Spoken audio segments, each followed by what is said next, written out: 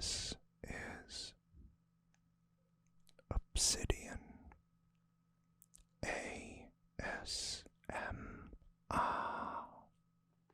Don't forget to like, subscribe, and hit the notification bell for future videos.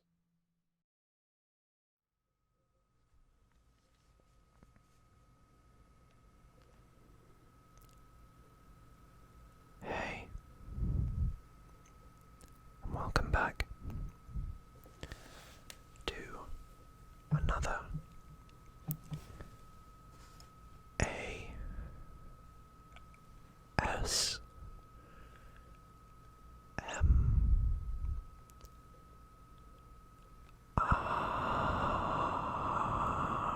video. And today's video is going to be another installment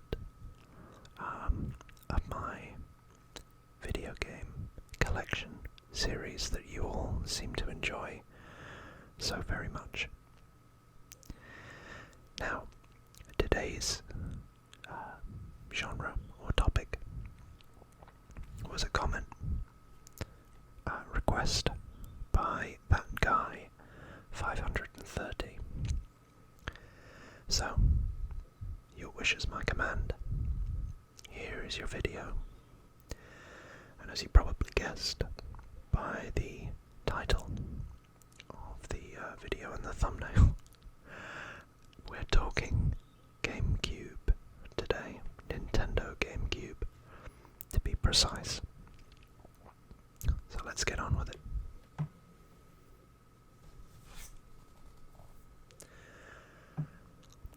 Our first game is yet another Nintendo party game, and it's got party in the title. Mario Party 5. And this is player's choice, apparently. It's an all-out bash. The superstars of the Mushroom Kingdom are partying again. Grab your friends and join in the fun as you battle across all new game boards in a race to collect the most stars. Over 70 mini-games, and this was released in 2003. I don't remember playing much of this as a kid, but I do remember the discs being incredibly small and thinking that that would be the way that they go. These games used to give you a manual as well. Let's see what characters we've got in here. So of course we've got Mario, Luigi, Woohoo, Peach, Daisy, Yoshi, Waluigi, Wario, Mini Bowser, Toad, Boo. And that's all the characters to choose from. Not that many then. But it does give you party mode for up to 4 players. Story mode, where you battle against Bowser, who hadn't written the hit song Peaches yet. Minigame mode, Super Duel mode, bonus mode, and options. As I say, I can't really remember much about this other than it's just like a mini-game. You know, it's just, I think, a bit like Super Smash Bros, but not as popular because of the limited restriction in characters. This, look at that, a 4 megabyte GameCube memory card. Now, for you younger viewers out there, these, you guarded them with your life, because the consoles didn't have any inbuilt storage. It was all on these.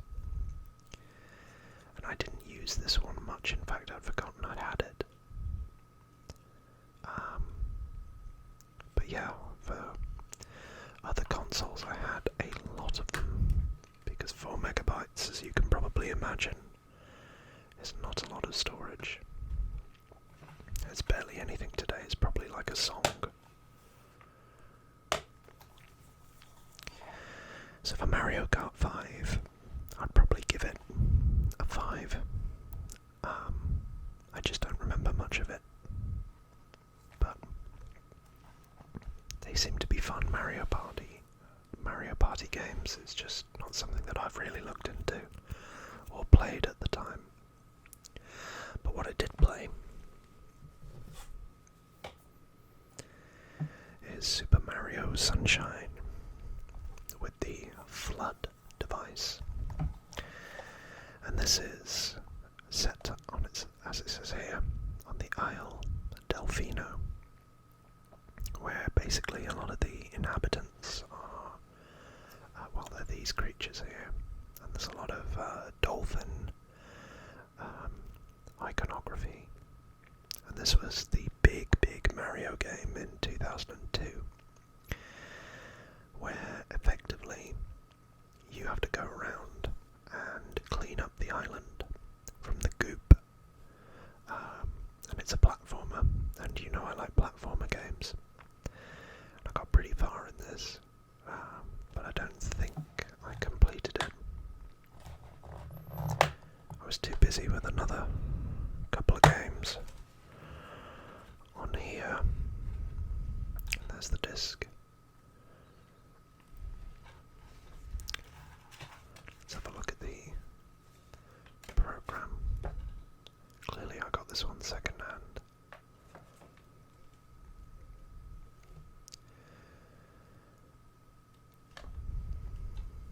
That's it, the Pianta and the Noki.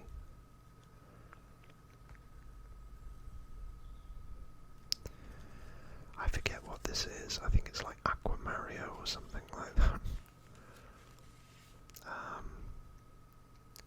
But this was basically, it built on everything that the Mario 64 did for the Nintendo 64. Made it bigger, made it better, added a new fun mechanic with the flood system.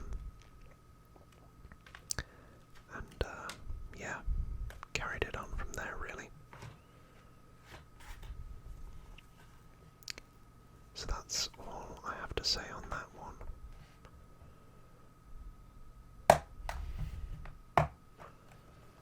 I think I might be missing one of these games,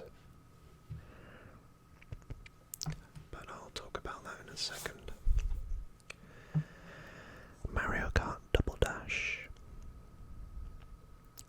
Now this, again, was very big when it came out, and it was the game that everybody wanted, because it was Mario Kart, but the gimmick was you had two drivers in the car. So you had one at the back that would throw things, and you could swap them around and pair people as you saw fit in different cars. Things like that. Sorry, I didn't rate this one. This one, Super Mario Sunshine, I love a platformer. And that, I think I'd give this one a 7. It wasn't too bad. And I do have very fond memories of playing it, but it didn't grab me. So yeah, I'd give it a 7. Whereas I played a lot of Mario Kart Double Dash. You had all these very colourful boxes with the Nintendo GameCube. Soul Calibur 2, jeez.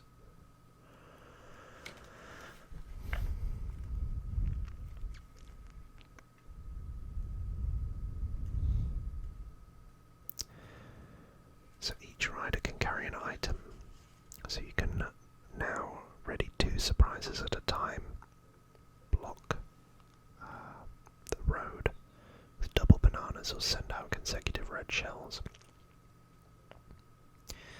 In co-op you've got to work together, it says.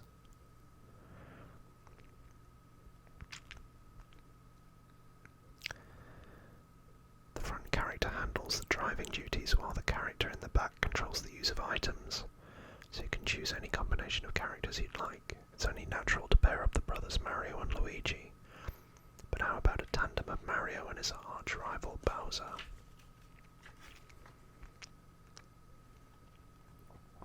So I guess it was just a kind of view of, or division of, the responsibilities, but it was good fun. It was the Mario Kart for my generation. I remember Donkey and Diddy Kong, Daisy and Peach, the Paratrooper and Koopa, Baby Mario and Baby Luigi, Yoshi and Birdo, Bowser Jr. and Bowser, and Waluigi and Wario. I thought there were more characters than that. It was fun for its time. I never had the online for this though, so it was usually just me and my friends playing either the story mode or arcade together. It looks like the box is a little bit worse for wear at the top there. Very fond memories of this. I'd probably give this a 7 as well. You know, be consistent. Nothing special in terms of Mario Kart. Just Mario Kart with a bit of a different gimmick, I guess. But makes it more interactive, especially when you're younger.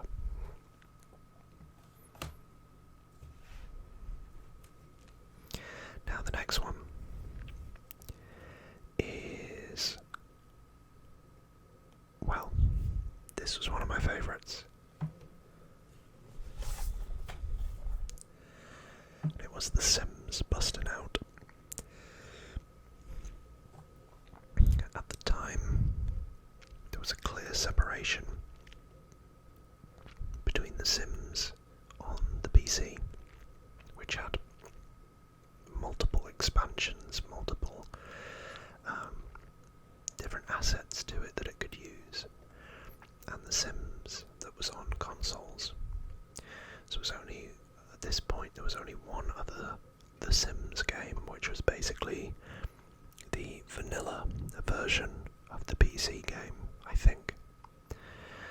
But with this, they really stepped out of their traditional space, and they added in a storyline, an objective, which I think are in Sims games, but not as pertinent as it is in Busting Out.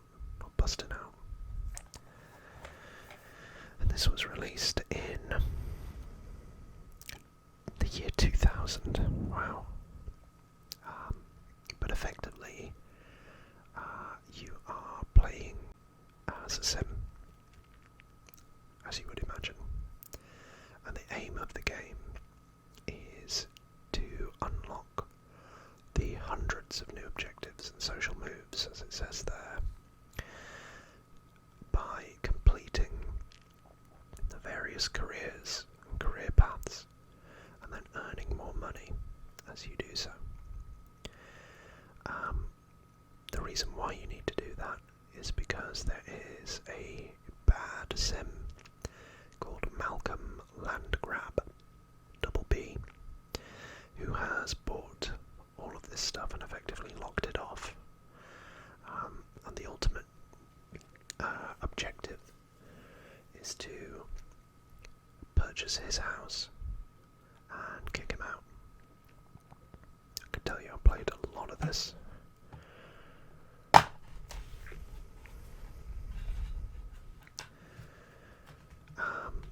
And this was my introduction to The Sims, to be fair. I loved this so much that I went on and became a bit of a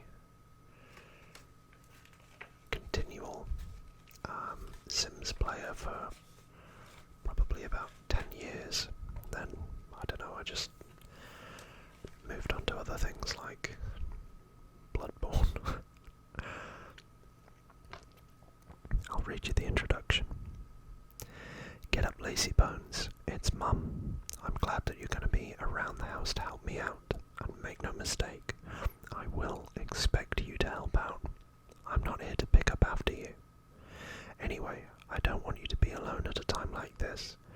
I can't believe Malcolm is treating me like this, that louse, and after I gave him the best years of my life. Well, all of my hopes are on you now. I know you'll make me proud, or else. So quit your loafing around and get up and find a good job. And don't just take any job. I want to see you working hard and moving up in the world. After you make it big, you'd better remember who helped you to get your start. Now I know you think I'm a nag, but here are a few things you should keep in mind. First and foremost, take care of yourself. You won't succeed if you neglect your needs. And yes, that means bathing more than once a week. No one likes a grump. That includes your boss. So make sure you go to work in a good mood if you want to get promoted. Certain jobs are more accessible from certain locations. When you get promoted, think about moving to a new house that's on a direct bus line for your new position. You know bosses hate employees who are always late. I want you to be successful, but you have to get some enjoyment out of life too, you know. Keep your goals in mind and work hard, but find a balance between work and play. There's a fine line between having a strong work ethic and being a workaholic bore. It's okay to change career paths, but remember when you start on a new career, you have to start at the bottom rung of that career ladder, which means more hard work before your dear old mum will have any respect for you again. And lastly, remember to clean up after yourself, eat right, and wear clean underwear. And those 3 lessons, ladies and gentlemen, are exactly what I lived my life to.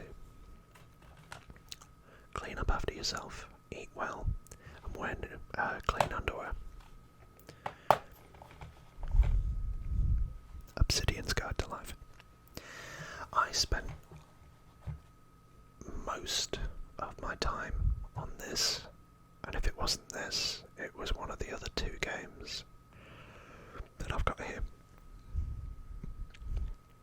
So I'm going to give this an 8 out of 10. And there's a lot of nostalgia in that. But before The Sims 2 came out, or the Herbs Sims in the City, this was my go-to for many, many years. And it still holds a very special place in my heart, hence why I've kept it. I'll do the next 2 together, because they're effectively the same game. And those are Rogue Squadron 2 and Rogue Squadron 3, Rogue Leader and Rebel Strike. And these games are arcade games. You're in various scenarios as Luke Skywalker, either, pretending to be a stormtrooper, or at the Battle of Hoth, or, attacking the Death Star.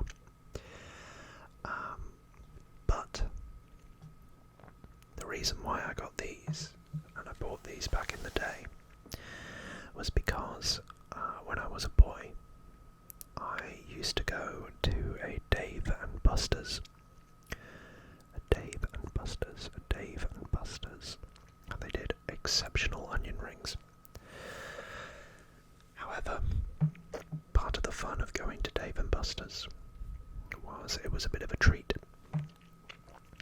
My mother would take me and my brother there on a weekend, and we would have our meal, and then at the back of the restaurant they had loads, like wall-to-wall arcade games, and he and I would go and play, and we always found ourselves coming back to these 2 games, but using the arcade joystick rather than controller. So when I saw these, when I was just a couple of years older, I decided to buy them so that we could recreate that fun that we'd had in 2001, and then an updated version in 2003.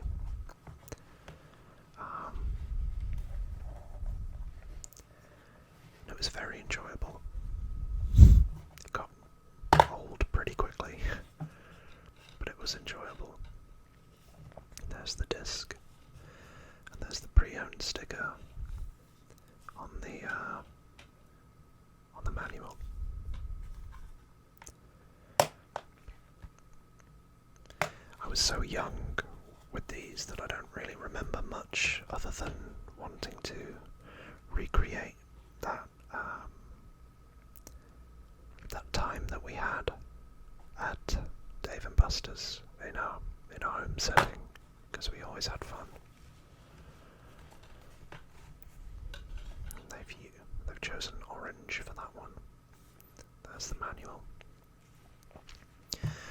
So, because I couldn't really remember, and I don't think I played these much, I picked them up for a couple of pounds. I think I'm going to have to give them both a 4. They're fun, but they're nowhere near as good as some of the other Star Wars games that are on the market. I ended up playing with him a lot more Star Wars Battlefront and Battlefront 2 than I did these. And it just didn't feel the same as the arcade versions, where it was bigger screens and it was much more interactive, and there was a sense of peril because you only had so many goes, whereas this you could just try again.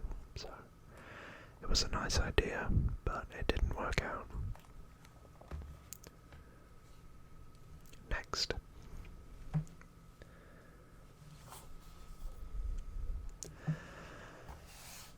WWE.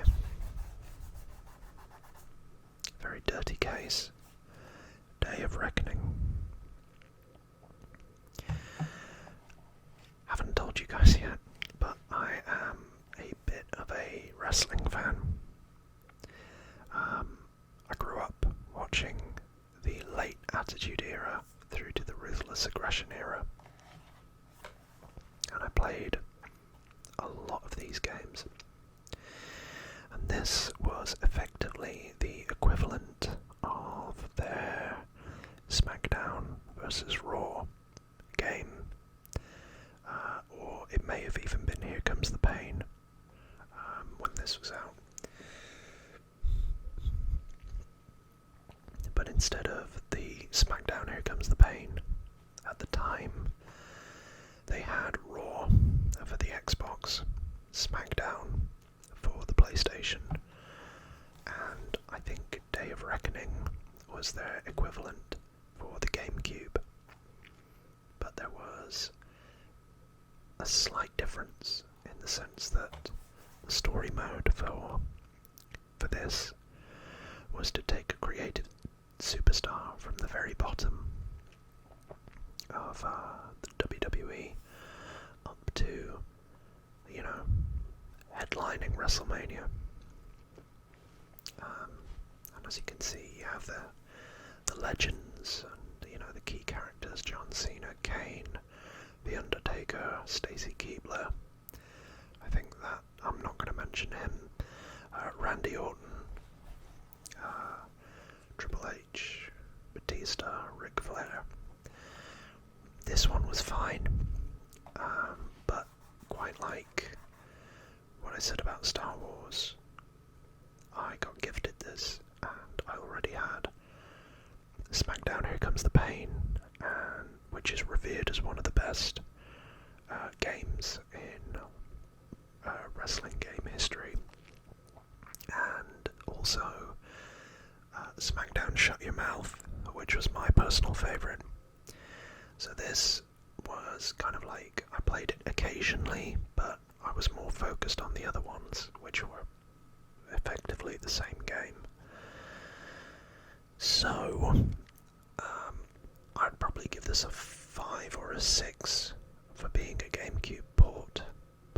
prefer the other ones, and I'll get round to talking about those at another point. I feel like I'm being a little bit harsh on the GameCube, but we're going to finish strong. So the penultimate, I've got 3 left.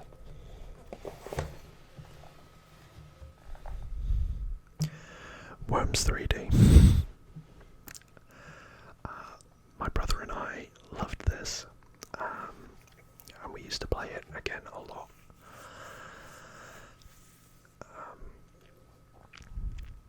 And effectively, it's just a turn-based shooter, and you could play a campaign against other worms. You could play against each other, which we often did, and it was just fun for hours. I mean, it wasn't hard, it wasn't difficult, it was just a bit of fun.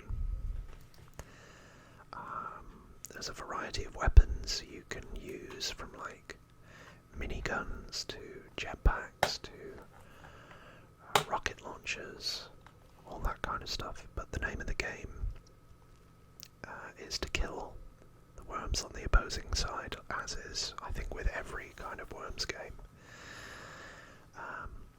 But this was the one that we played the most.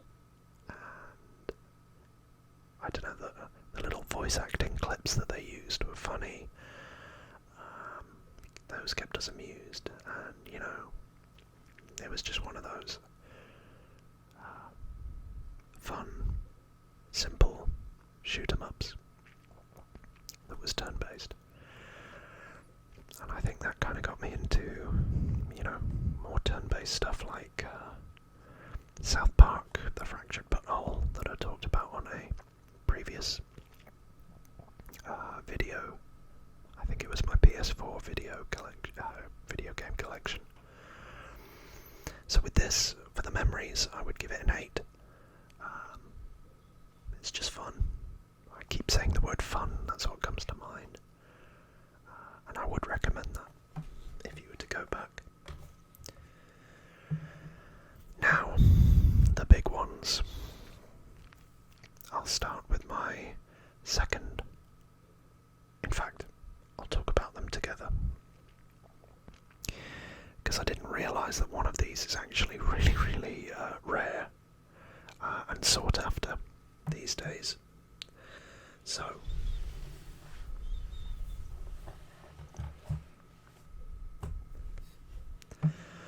Pokemon Colosseum and Pokemon XD Gale of Darkness.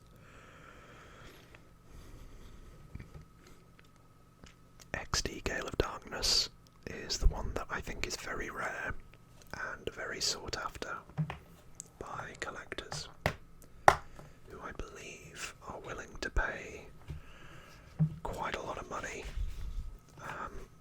for a copy of this. But this is an original from, 2005, I think. Yeah, 2005. But I can't really talk about this without going back and talking about this. And this game was the reason why I got a GameCube.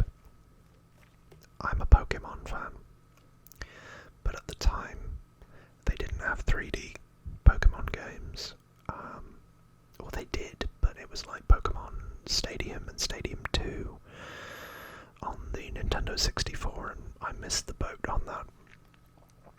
But this was the new generation of it that was released alongside Pokemon Ruby and Sapphire and later Emerald. But it had a complete new storyline. And this character here, who I always thought looked incredibly cool, was Wes. And this thing on his arm is the Snag'em machine, I think, which he stole from Team Snag'em. And the point of this is when you're in a battle, Pokemon battle, with another Pokemon trainer, this allowed Team Snag'em to steal the Pokemon of the trainer that they were facing, and then they shut the Pokemon's heart off so that they could control it and turn it into a shadow Pokemon. And your goal was that you'd had a change of heart, and you wanted to save these Pokemon rather than trap and enslave them as shadow Pokemon. So your mission was to go through the entire region, which I think was the Ore region.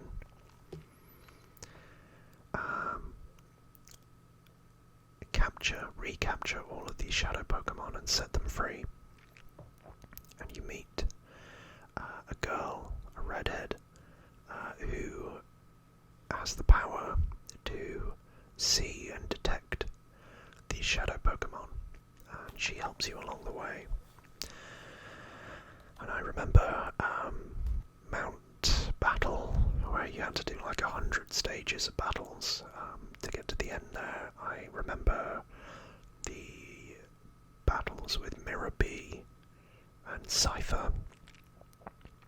This was just fantastic. And you had to catch legendary Pokemon like Entei, Suicune and Raikou.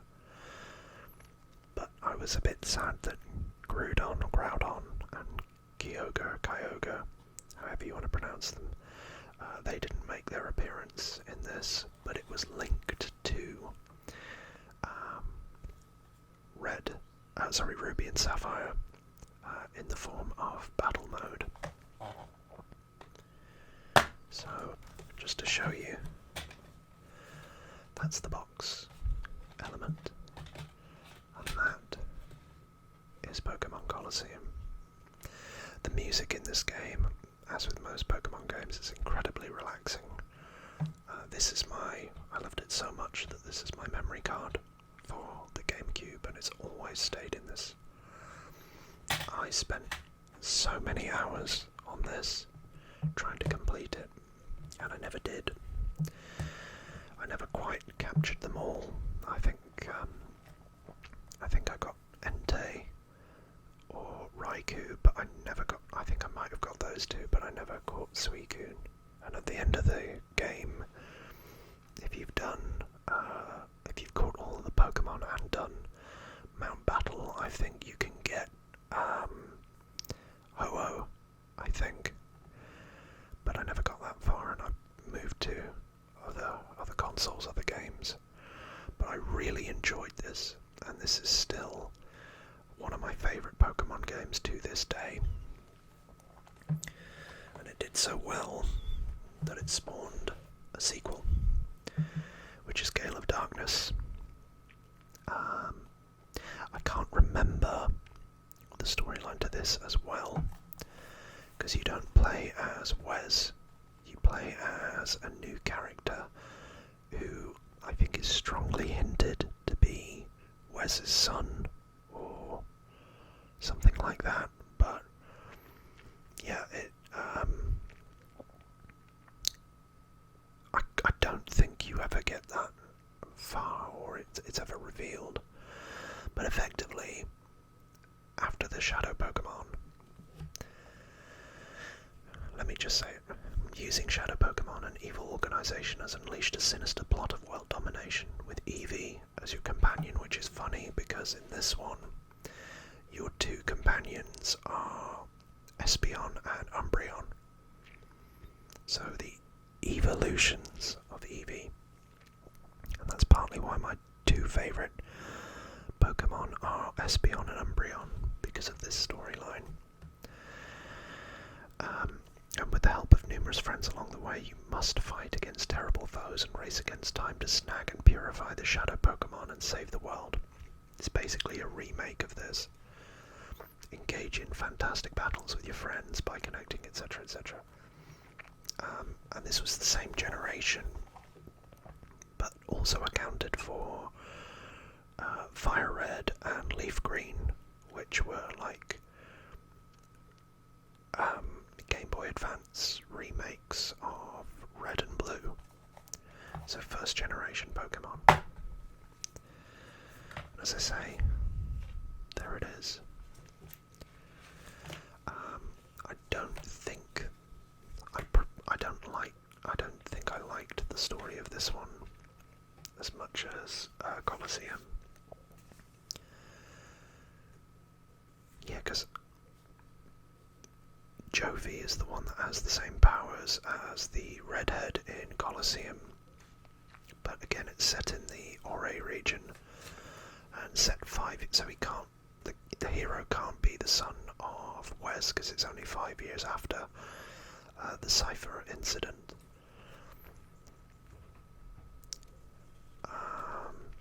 But it had quite a lot of quality of life improvements in this one. Like in the previous one, you had to have the shadow Pokemon in your